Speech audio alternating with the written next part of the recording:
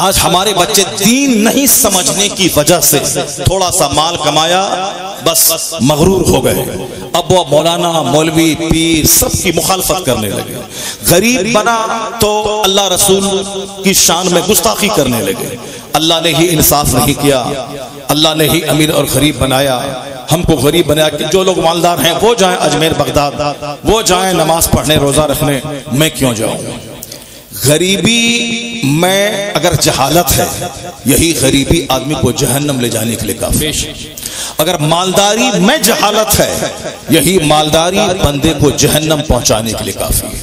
क्योंकि लोग मालदारी में कुफ्र के करीब पहुंच जाते हैं, मालदारी में फिरौनियत आती है, मालदारी में तकब्बुर पैदा होता है, मालदारी में घोंडों की सोहबत को इख्तियार करते हैं, नेकों की सोहबतों से दूर रहते हैं। और अगर गरीबी आई तो भी औल फौल बकने लगता है।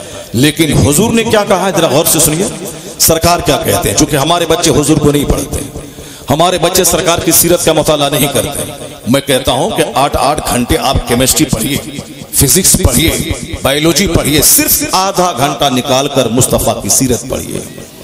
नहीं आधा घंटा 10 मिनट निकाल के हुजूर के एक हदीस पढ़िए और अपने घर में सरकार के फरमान का मजमुआ रखिए। और जब भी मौका मिले एक हदीस पढ़िए और उसको अपनी जिंदगी के लिए उसे गाइड बनाइए और अमल करने की कोशिश कीजिए। फिर देखिए यहाँ इज्जत कैसे मिलती है, सेहत कैसे मिलती है और बगैर नौकरी के रिस्क के दरवाजे कैसे खुलते हैं। मैं यही तो कहना चाहता हूँ, आज इंजीनियर, डॉक्टर, प्रोफेसर पीलीभीत का इतनी इज्जत का मालिक नहीं है जितनी इज्जत एक मौलवी रज़ाए रसूल को अल्लाह ने। ये इंजीनियर नहीं है, डॉक्टर नहीं है, मगर बड़े बड़े डॉक्टर इनका हाथ चूमते हैं सिर्फ इसलिए कि इंजीनियर को मालूम है उसको अपनी औकात, डॉक्टर को मालूम है अपनी औकात, कि जब तक वो दलाली ना करे, जब तक वो झूठ ना बोले, उस वक्त तक माल की फरावानी उसके पास आ नहीं सकती है। तो जहां झूठ है, जहां कमीशन खोरी है, जहां दलाली है, जहां 1-1 लाख नहीं 50 लाख देके रिश्वत देके जहां नौकरी हासिल करने की का शौक और ललक है, जिस नौकरी की इब्तदा ही हराम पे रखी जाए, सारी जिंदगी उसका चेहरा काला रहेगा।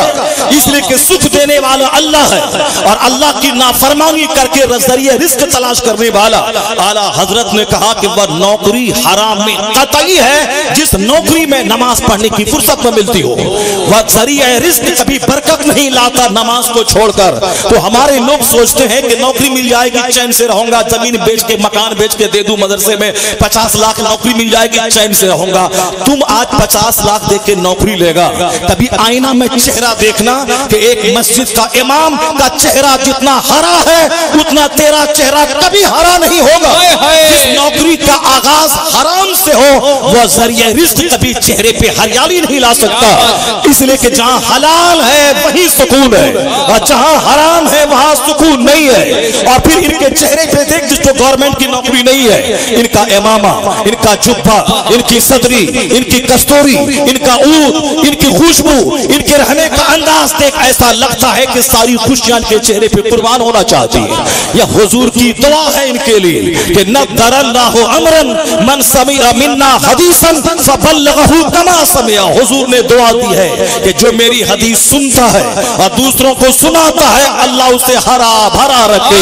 यह इमाम है जो जुमा के दिन कहता है हुजूर ने ये कहा, जो खुतबा निकाह में कहता है हुजूर ने ये कहा, जो सीरत की महफिल में कहता है हुजूर ने ये कहा, जो 5 घंटे दरसगाह में बैठकर कहता है हुजूर ने ये कहा। तो हुजूर ने ये कहा, हुजूर ने ये कहा, हुजूर ने ये कहा, तो हुजूर ने मदीने से करम किया कि बादशाहों का चेहरा काला है और हदीस पढ़ाने वाले का चेहरा हरा है।